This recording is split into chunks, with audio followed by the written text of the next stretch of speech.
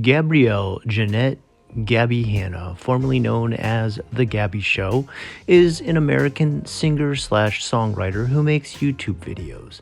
In 2014, she began making YouTube videos and branched out to music in 2017 with her debut single Out Loud and poetry with her debut book Adultolescence.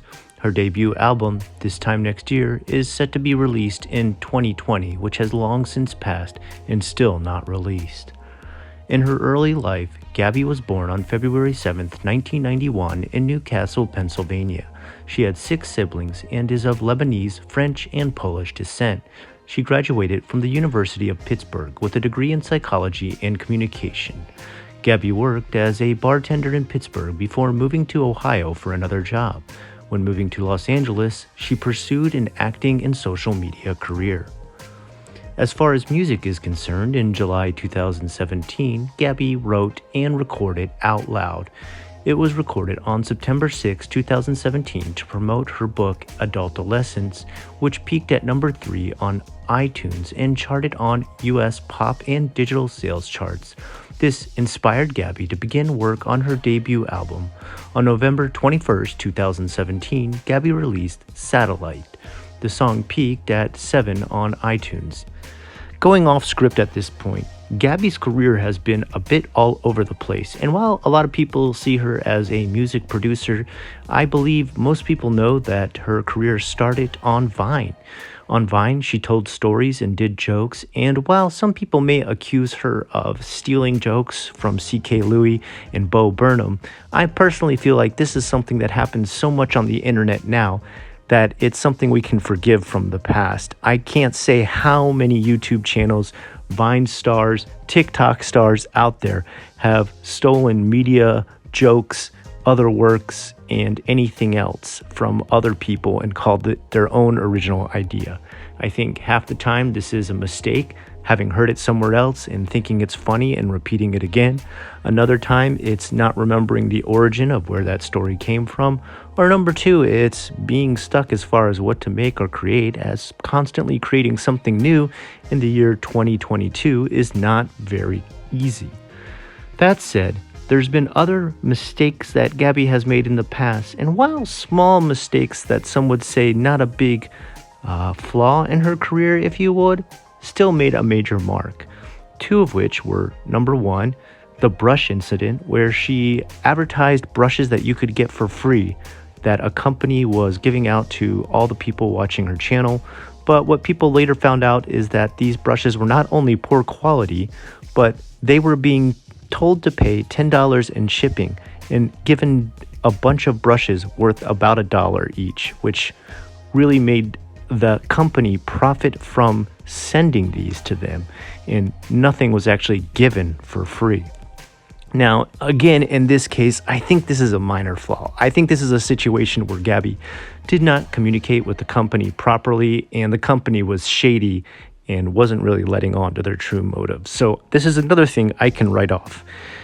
The next thing being with Ricegum, where she was at a YouTuber party, and I've heard in the past, and I've been to my own YouTuber parties in the past, where some are okay with people filming. When I've been to any YouTuber party, everyone was okay with filming. And I'm talking about official YouTube parties that were held in Tokyo, and a bunch of official YouTubers were there, sometimes like 1 million plus people. And when we were there, everybody filmed, everybody would do all kinds of collabs and stuff like that.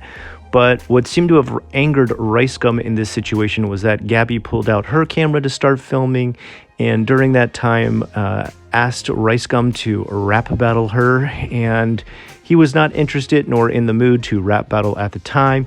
He then grabbed her phone and broke it. She said he hit her and then broke the phone. We later found out he had not hit her, but did break the phone. In any case, I feel like the physical assault that involves taking the phone out of a woman's hands and smashing it on the floor is probably not very cool. And he definitely overreacted. But at the same time, if he did ask not to be filmed, Gabbie should have also respected that. I think in this case, they're both in the wrong. Ricegum a little bit more so for grabbing her phone and cracking it. I don't think that is cool at all. But these are 2 small things in the past. Now, where the big things really start to erupt is when we start to see Gabbie's misbehavior on the set of Escape the Night. This is a show which is like, imagine American Horror Story, but with really bad acting, or imagine a reality show that has little to no reality involved. I don't know. This show was never my cup of tea, but I did have to admit there was a lot of great production in this show, great filming, great costume design. And while it wasn't something I particularly enjoyed watching, I imagine quite a bit of production went into this show. Now, what was reported later is that Gabbie was not easy to work with at this point.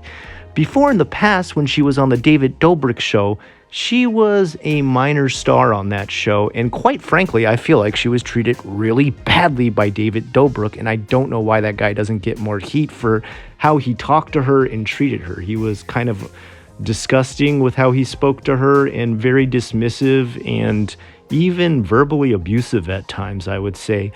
But it feels like when Gabbie had reached the level of being on the Escape the Night show, she herself had a little bit of that in her as well. Let's listen to some of the people talking about the experience. If her actions affect me, I understand that. I'm able to move past that because I'm a professional and I want to keep people happy. I want to keep it rolling. But now that it's affecting cast, and I heard some things from crew, from the makeup and wardrobe department, we have an issue here. This is now going to create a very toxic environment, because once it starts, it's really hard to make those situations better. Before cameras were up at 7 p.m., I went out at 7:30 to make her salads myself. And guess what? They weren't even eaten.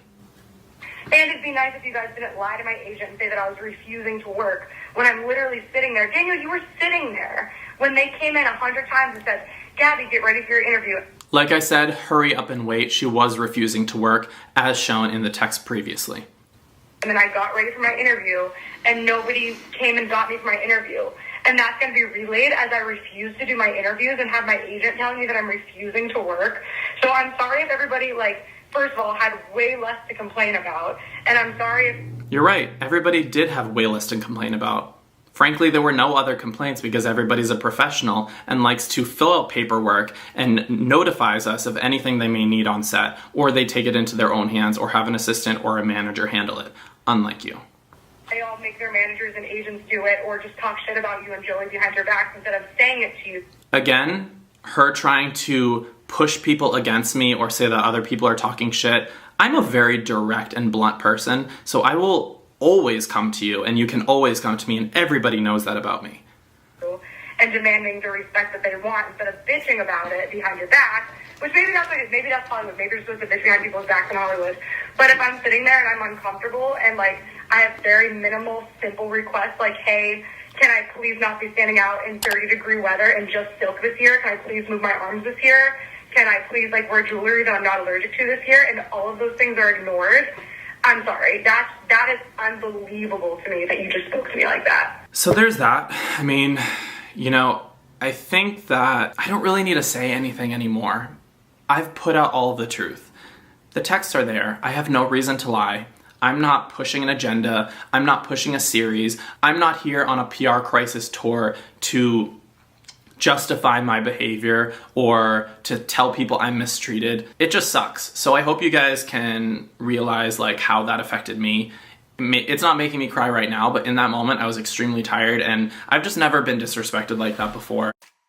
At this point is where we really start to see a massive shift in Gabbie Hanna's personality.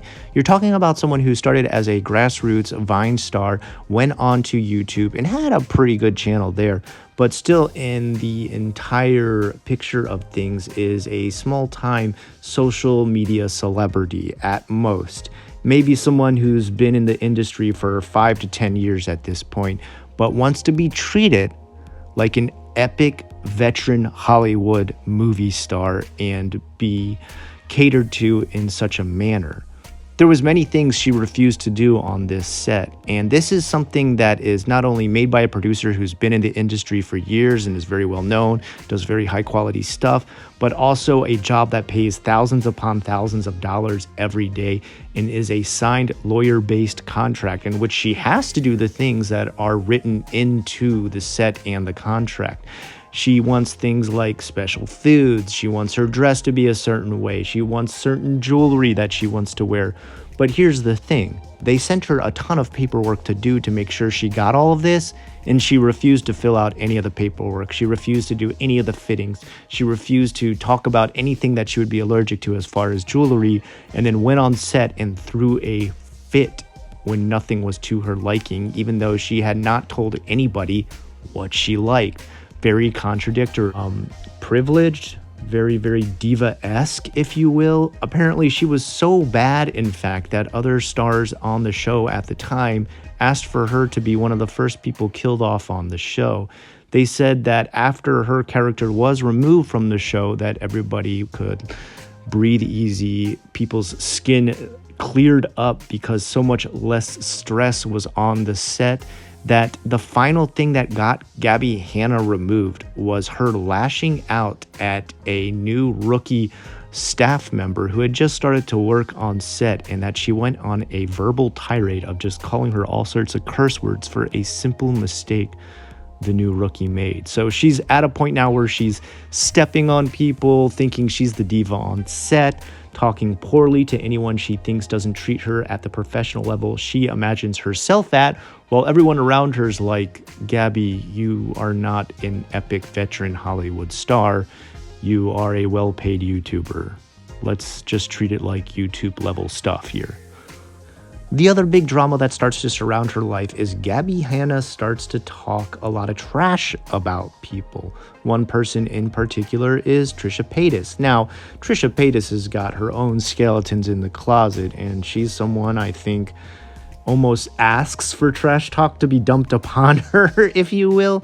But some of the stuff she was saying were things like Trisha Paytas has an STD and could possibly infect her boyfriend with it. Someone needed to warn him so that he himself wasn't infected by Trisha. And it goes on and on. Trisha finally responds, it does not go well.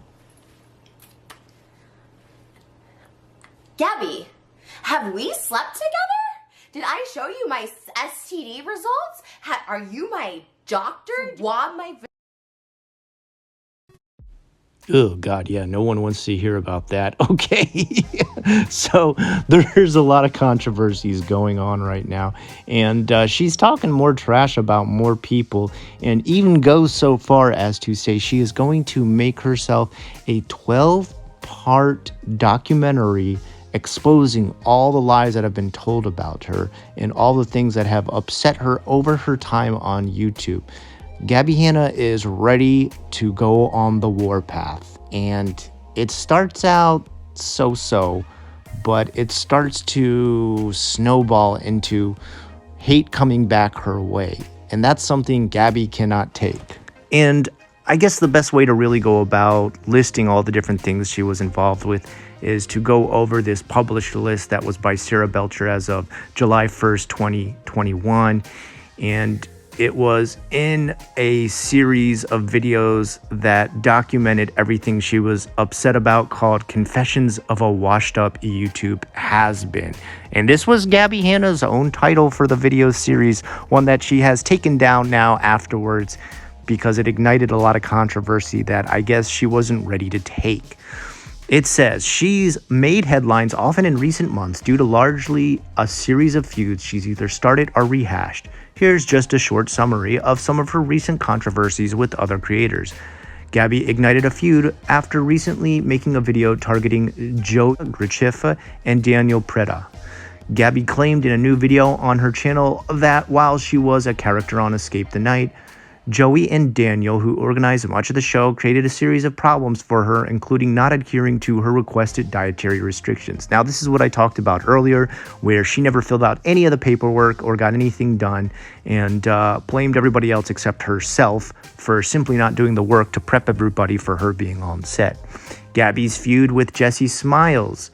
Gabbie and Jesse Smiles used to be friends until 2014. Jesse filed a lawsuit against her former boyfriend Curtis Lepore, alleging he had raped her. Gabbie allegedly continued to associate with Chris and his friends. So, according to this feud that went on, Gabbie hung out with Chris's friends afterwards, and Chris even showed up during this time that Gabbie was having a time with Chris's friends, and Jesse Smiles messaged her saying she couldn't believe Gabbie was hanging out with her ex-rapist, which I think is pretty understandable. That would be weird. And Gabbie's response to this was just, well, Chris's friends didn't rape you. Only Chris did. So I don't know why you're still mad at his friends. Like, dude, like the complete and utter social deafness on that reply is just astronomical. I don't know how. I don't even need to explain why that's a bad thing to respond with. Everybody listening right now understands why. Gabbie and Trisha Paytas also have a long-standing beef with each other. Like Gabbie, Trisha Paytas is no stranger to controversy. The two clashed in 2019 when Trisha made the video Why I Don't Trust Gabbie Hanna, in which they claim Gabbie falsely accused and told their ex-boyfriend Jason Nash that they had herpes. That's the STD incident that we talked about. So you can see there's already all these different people she's feuding with. There's accusations of stealing jokes from the past. There's accusations that she stole skits in some of her videos that she was angry about. And it went so far that all different types of videos were being put out about her and how she was constantly feuding with a lot of people. So she decided to finally close this off, delete these videos, take it down, and she did not complete the full 12 videos in the documentary about her being a washed-up YouTuber who had so many battles with the past. So, interspersed between this time, Gabbie is putting out music. I recorded all the different stuff about her music hits and stuff like that, and you can't deny the fact that she did have some hits in the past that went really well. That video in which she kicks a chair into the sky is doing really well at that time and blew up pretty big. And then she makes a video in which she dresses up as a juggalo and dances around inside of her room. That video did not go over as well because it was kind of seen as a lackluster adaptation of the song that she had made for a video. And, you know, I can understand the love and dislikes for some of the stuff that she makes as far as music is concerned, because music is a very subjective genre. Even music videos themselves, I feel like that's a very subjective art form. And whether or not you like that, that's up to you. I personally don't think she's that bad at making music. Her dancing, I don't know if I definitely, you know, I live in Japan and I see a lot of K-pop, so dancing compared to K-pop, okay, maybe that's not a fair comparison, but whatever.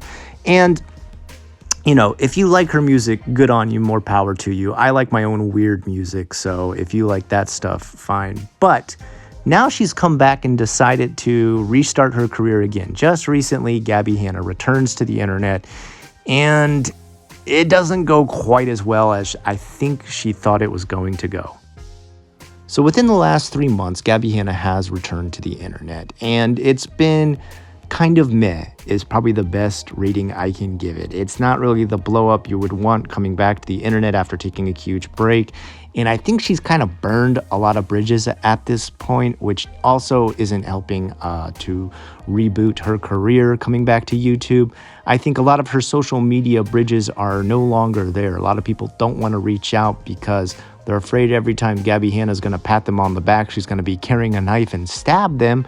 And then also just the side projects that she's doing not really taking off either. For example, she started a true crime podcast with Farrah Abraham, and it was not good. Farrah Abraham, kind of a trashy celebrity. Is that the best way I can put it down? Some trailer park. You want to see trailer in your park where you came from? You're so disgusting. You burn a mess. Don't let I wouldn't give a wink, because bitch, no one likes you. Oh, don't get me out. You disgusting black piece of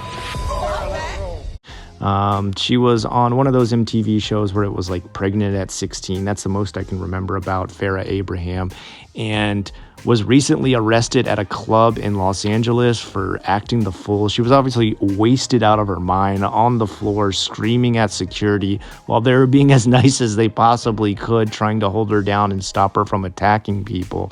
The police had to come and arrest her, so she left Los Angeles after that, saying she had trauma and PTSD from being arrested by acting the fool. It was a strange situation. Camera. It's on camera. Harassers like you. Harassers like you. Harassers. But I guess, hey, if you wanted to start a true crime podcast, you got your first case. Your own host. But that didn't work out. That podcast was booted, and they went for Gabbie Hanna doing a podcast by herself. And this podcast, too, is just kind of what's going on here in this. It's 12 to 15 minutes, which is a very short runtime for a podcast. Most podcasts tend to be anywhere from 30 minutes to an hour. And it just kind of is her spitballing about what she'd like to do with her life, is the best way I can put it. She sits there in sort of a haze that is obviously from the amount of weed she's smoking, which, guys, again, I've always talked about this. I don't care if you're into drugs or if you want to do drugs. I don't know if you should promote drugs. I don't think that's the best idea. But for her, Gabbie Hanna, this seems to be a big part of her life now. At 31, she seems to really be into smoking weed to make music. She says it's the only thing that lets her be creative, which is kind of scary to hear. If you need a drug to make you creative, then you might start to connect that to your career. And if you do that and your career is music and all you want to do for the rest of your time on YouTube, does that mean you have to smoke weed forever to create your art and craft? That's not a good thing to link together. You need to learn to do it without any sort of outside influence. Your inspiration should come from within you. Yeah, I can understand mind-altering stuff for a bit of inspiration, but inspiration usually comes at different bursts and helps influence or inspire your music, but not completely fuel it 100%. Aside from there, she starts to also talk about how she hates YouTube now, wishes she could leave it, but knows she has to use social media to promote her music. I think what Gabbie Hanna also doesn't seem to understand is there's people desperate to get heard, get seen, and have their music listened to on YouTube, podcasts, anywhere really. They're struggling day by day, working around the clock to put their music up, and they're barely getting any of the views that she's getting for her music. She should be thankful for what she has, and if she wants to be an inspiration to others and really show others how hardcore she wants to work on this craft, then she needs to make it her prime example. You can make entire videos around making this music, crafting your music, showing your daily life and vlogging how you're making this. Why you think you need to completely delete yourself from YouTube and get away from it completely makes no sense when you yourself say the only way to promote your music is through your social media. And this is pretty much where her career is at right now. It's sort of in a downward spiral where she doesn't want to put a lot of effort into what she has left on YouTube. She started a lot of projects when she came back, and almost all of them failed. Her podcast failed. Her podcast by herself is failing because no one's listening to this. Her true crime podcast had something like 15,000 views, which, you know, I would love to have 15,000 views on a 4,000 sub channel like I've got, but on a million plus channel like she has, that is not good. That is not really bringing in any sort of money or making it a feasible way to create content on YouTube, especially when that's the only job she's ever done. It's kind of a scary situation she's in because, number one, the music business is fickle. It is not an easy business. I talk about in the past how fickle and fleeting the YouTube business is. And if you think that's hard to survive in, the music business is way harder. I've played in bands in my past life. I played in bands through college. I've toured in college. It was hell. It showed me right away that I had no chance in making it in music. And I knew unless you're top of the top, you're not going to get any sort of money or ground made as far as a decent life. So if she's looking to live the life that she wants as far as being almost on a celebrity status, I think maybe she could get there through creating a lot of YouTube content that supports her career and maybe even supports her music. But this sort of half-hearted YouTube access and this smoking weed to be your inspiration for your music, hey, that's just not it, Chief. That's not where you want to go. I think what Gabbie needs at this point is to take a step back and really look at where her life is.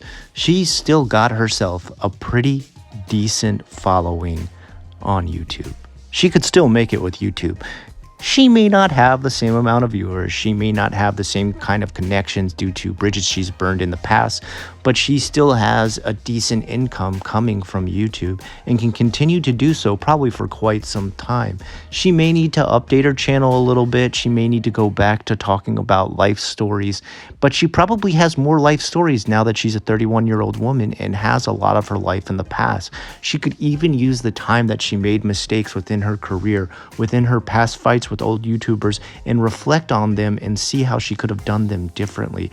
I think that makes for an amazing story time, a lot of self-reflection, and shows a lot of growth, not just in maturity, but mentally as well, and would be a great teaching tool for her audience, who probably is still pretty young. On top of that, if she really wants to make music her main thing, then she needs to make it a side thing. It's not the main thing blowing up her career right now, and with the last sort of duds that she had put out that didn't really hit it off, she probably needs to take a step back and see how she wants to really execute that craft. Does she want to make them high production videos? If she does, that takes a lot of time and talent, and it also takes a lot of outside sources such as choreographers, videographers, all different types of aspects of business that she may not be as familiar with. Trying to film your own music video in your room is cool, but it's not something you would do on a professional level career for any sort of actual music. Like, you can't say you're as good as any other filmographer out there or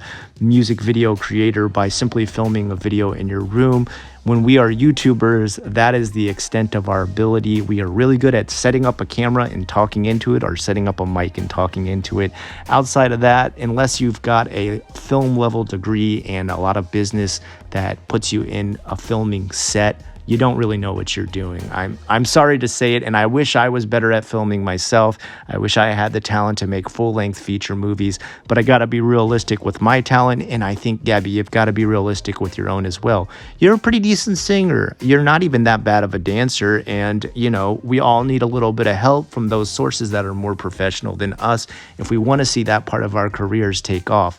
If you really want to do that, then you need to put that on the side burner and take your time to craft something very, very well done for the viewers who appreciate that side of your music, your career, and your endeavors. But if you need something to be a main source of income while you pursue that, there's no shame in that. Stop wasting your time with all these side projects. Stop wasting your time with these rambling monologues where you're high on weed talking about we're not sure about your future or your life.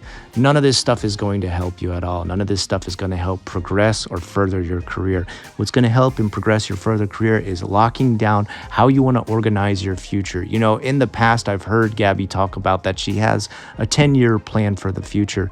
But if your 10-year plan does not line up with you having an income, a steady source of income, and having a way to get professionals to help you create a product that is crisp and clean for your viewers who are becoming more mature as you yourself mature, then you're not going to have a future in music. As the quality of videography, choreography, music videos, and everything starts to become easier and more accessible to anyone and everyone out there, you yourself have to adapt to that and create a better quality of content for those.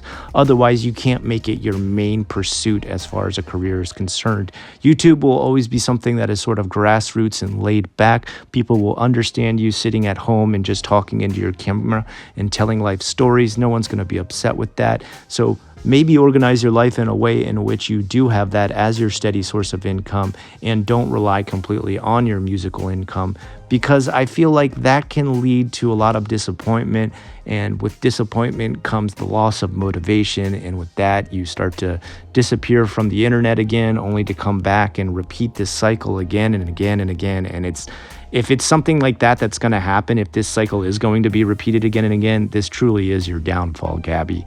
Guys, what do you think about the future of Gabbie Hanna and her music and what she's done so far? I gotta say, I was kind of surprised by the drop in quality when she came back and made that very silly hallway video where she's like spider climbing through the hallway, and the other video where she's like dressed up with face paint that looks like she's a insane clown posse juggalo and dancing with weird mom jeans in her room. You know, like I think there needs to be a little more humbleness with the help that she will accept. None of us, as far as YouTube is concerned, are on a professional level of creativity as far as music videos are concerned, unless that's what you started on YouTube with, unless you went to school for that, unless you've been in the movie industry for that. Otherwise, it's okay to ask for help outside of that. And I think if she does that, she can get back up to the quality of that video she had before, where she was like dancing in the leotard, kicking chairs, and the music was good, and the dancing was choreographed well, and the lighting was right.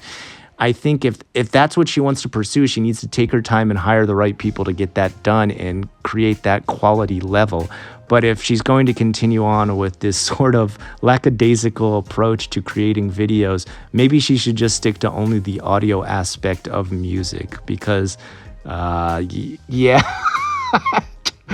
I just laugh when I even think about those videos she created for her new music. And, like I said, I think the audio would do fine. She'd be okay just to bust out her CDs and be okay. But the music videos just aren't doing it. And the podcast it's not doing it either. It doesn't show a lot of mental organization and maturity. I think if she came back and just kind of told life stories and explained about how she made mistakes in the past, how she filtered them through her brain to correct her behavior for the future, not only would it be enlightening and self-reflective for her, but I think for her viewers as well. I think a lot of her younger viewers, especially as they mature along with her, could learn a lot from her reflecting on her past experiences and seeing where she made mistakes. Not only could that create a better Gabbie Hanna, that could create a better Gabbie Hanna YouTube channel. And I think that's her best future, is focusing on that and not all these side projects.